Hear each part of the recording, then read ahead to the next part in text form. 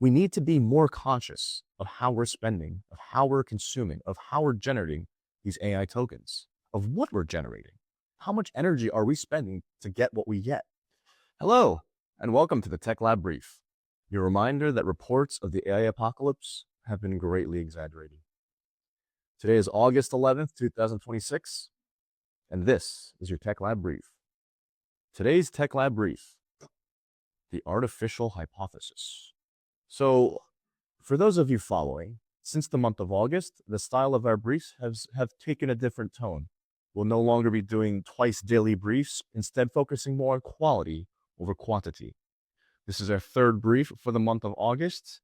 In the first two, we've covered the following topics of economic output per watt, the importance of retention as the missing science of AI, some blend between the engineering and marketing phase that we are in of the AI bubble. Which brings us to today's third brief of the artificial hypothesis. We began this month exploring exactly where the value is, because we know for sure that it's not in all the financial games that are being played, that the bubble will inflate because the financial market makers will always capitalize on growing asset prices. And we really dug into the different layers of the AI supply chain, which is quite honestly not much different from the tech supply chain. But now there's been this increased demand of the technology infrastructure because of this artificial intelligence that has evolved technology, computer technology, to put out intelligence with a very impressive response time. What used to be a Google query, having to search through results, now just becomes ask the question and I get the answer back. And as we all know, that intelligence comes at a cost.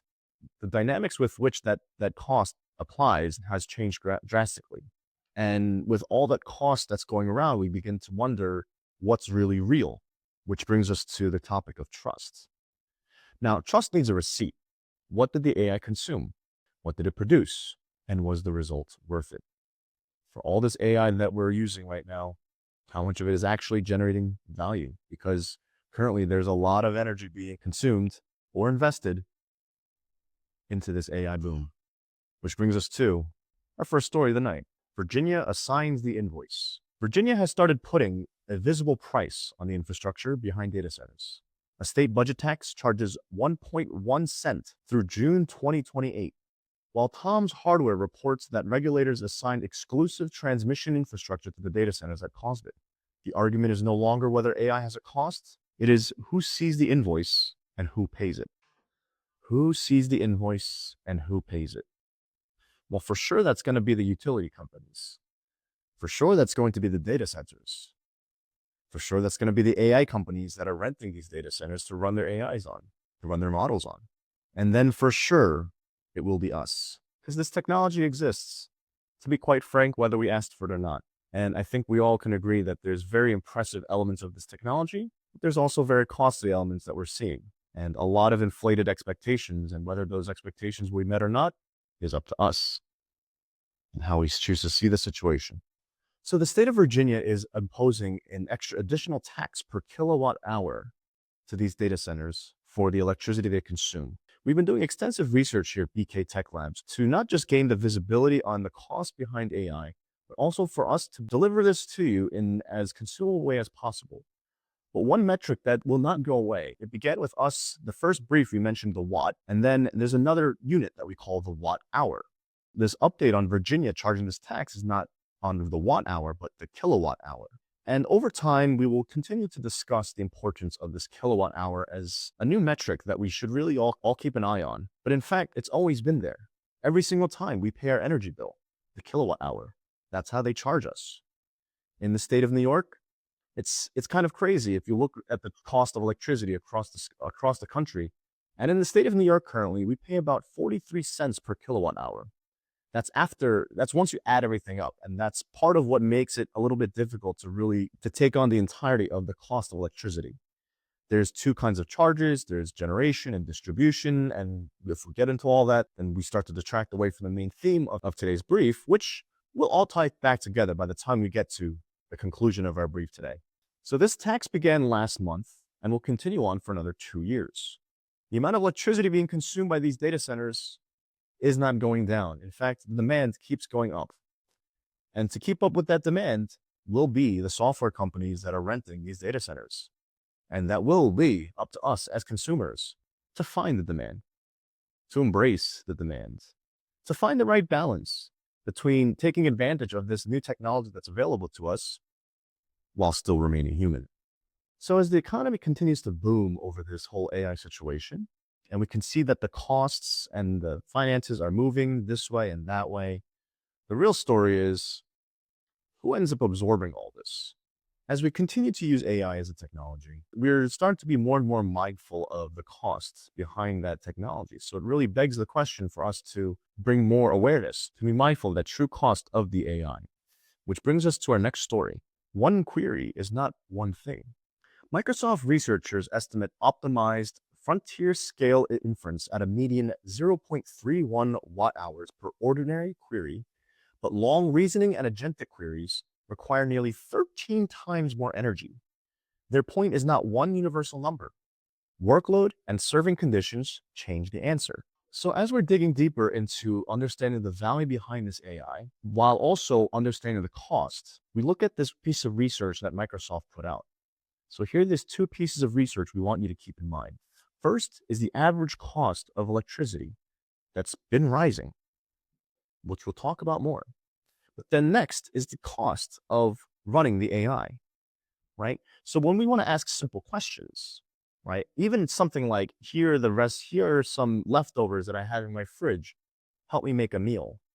Or help me write this email for this person. Those would be considered your ordinary queries. So what's becoming increasingly obvious in this particular phase of the AI boom that we're in is that coding in the software engineering world has become the greatest use case. You can make apps in the blink of an eye. You can make games in the blink of an eye. And this requires many, many tokens. Tokens equals intelligence, apparently, right?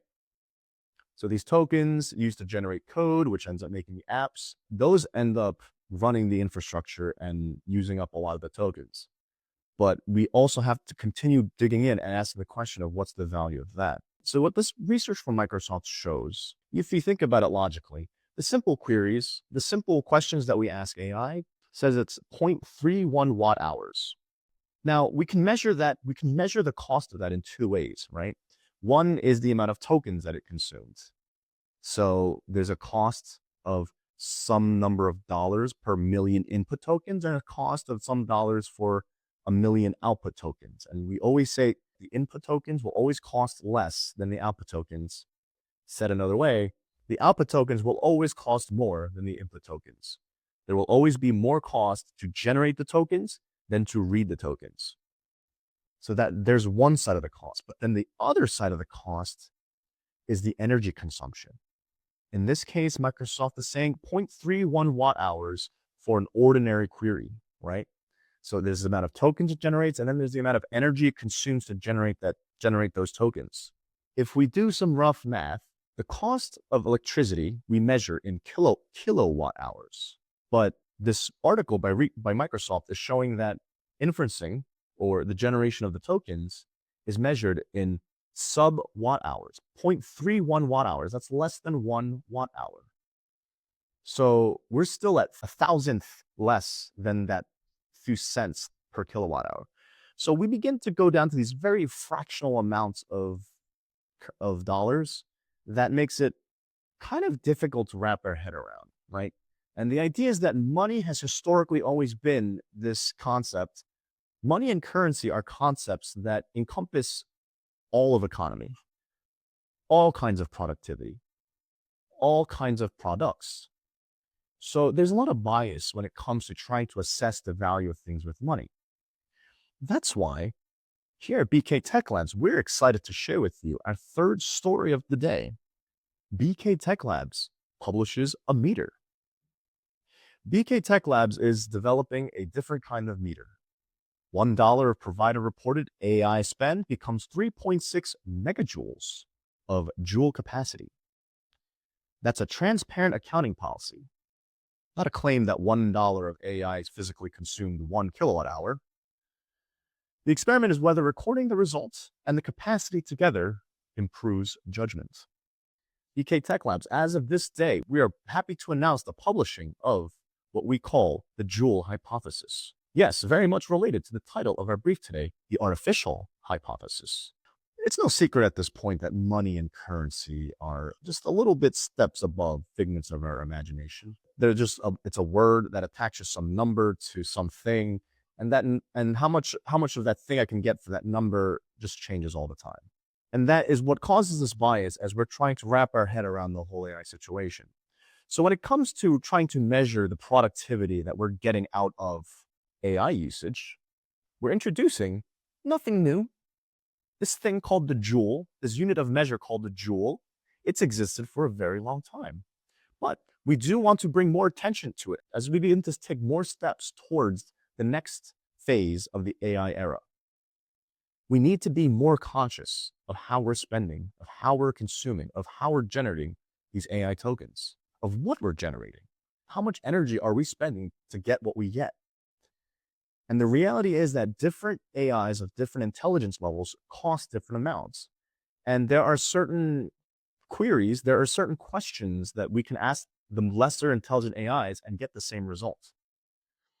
And as a part of trying to measure that for the better, let's take the dollars out of it and introduce a new way of looking at this metric called the Joule. Now, a little bit about the Joule. Before the mid-1800s, scientists generally believed that the heat was a weightless, invisible fluid called caloric. English physicist and brewer James Prescott Joule challenged this prevailing theory. Throughout the 1840s, Joule conducted a series of meticulous experiments to prove that heat and mechanical work are just different forms of the same thing: energy. His most famous experiment utilized a falling weight connected to a string, which turned a paddle wheel inside an insulated barrel of water. By measuring the exact distance the weight fell and the resulting slight rise in the water's temperature, he calculated precisely how much mechanical work was needed to produce a specific amount of heat. Stepping back to the different phases of the brief, we emphasized the importance of this metric of the kilowatt hour or the watt hour, whichever scale you want to look at, right? A kilowatt hour is just 1,000 watt hours. And if we want to take it the next step and relate it to the joules right now, 1 kilowatt hour is equal to 3.6 million joules or megajoules. If we do some further math, that means that 1 watt hour is equal to 3,600 joules, which is a little bit more consumable than 1,000 for a millionth of a cent, right? This is the foundational presentation of BK Tech Labs to introduce joules as a unit of measure of how much capacity was consumed to run an experiment. Because we're going to keep running these experiments, because when our Tech Labs was first founded and we released our first app, Barcade, I could have ran all the experiments, but there was a little bit of like, well, what is it for? What's the outcome? What's the purpose? If we get all these results, what does it serve? And I realized that tying it back to the costs is the economic output that we can measure, which brings us to joules. The Joule hypothesis proposes to equate $1 to 1 kilowatt hour, which, if you compare it to the actual price of a kilowatt hour by the utility companies, is a massive overestimation.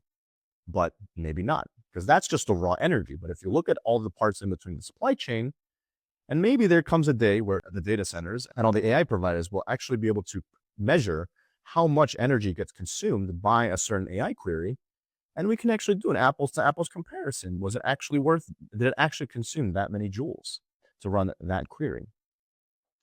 But this is just the beginning, folks. And on that note, I'm excited to share with you BK Tech Labs, version 1. Intelligence belongs to everyone. We build environments where people can observe machine reasoning, test it through play, share what they learn, and help shape what comes next.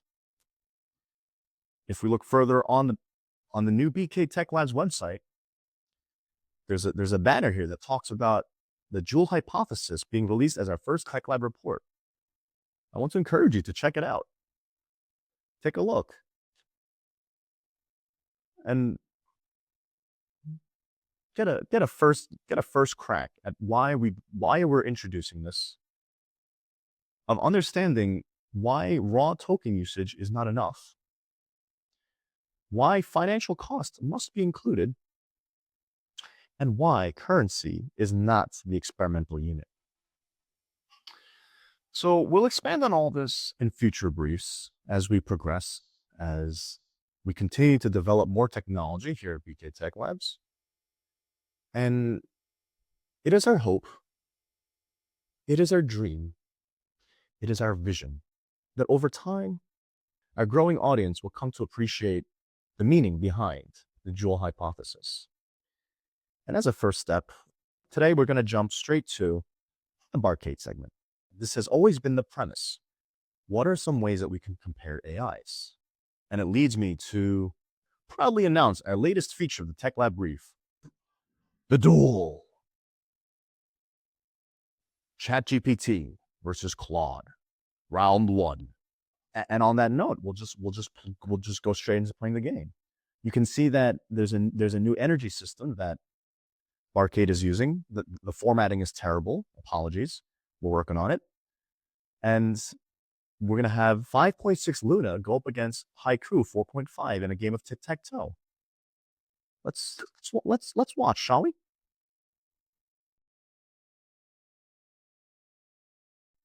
So we're currently playing the optimal game of tic-tac-toe. Not anymore. We'll see if Haiku can block this properly. It blocks it. Now set up a fork. Luna really should just forfeit, but it's going to block, and then Haiku goes for the win.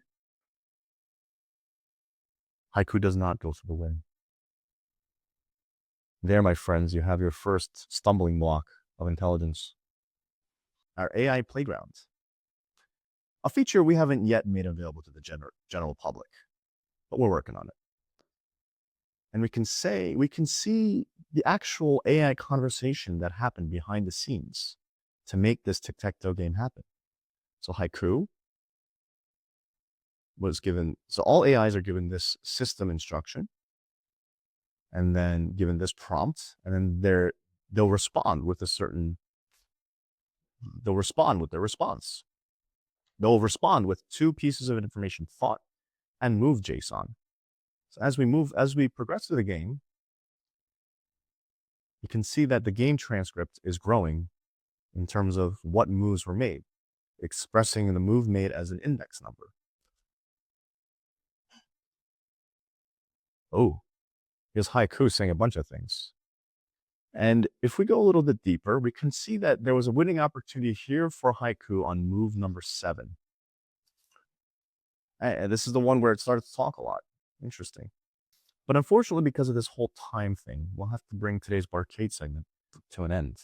On that note, I hope you've enjoyed this introduction of the Joule hypothesis that we've ushered in as a starting point for really digging into, as a starting point to explore the deeper levels of intelligence locked away in this AI game. We're beginning with board games, and that is just the beginning. We'll hope you'll give the app a shot. We'll hope you check out our Joule hypothesis, and we'll hope you'll tune in again. Thanks for watching, and now, your Minute of Zen.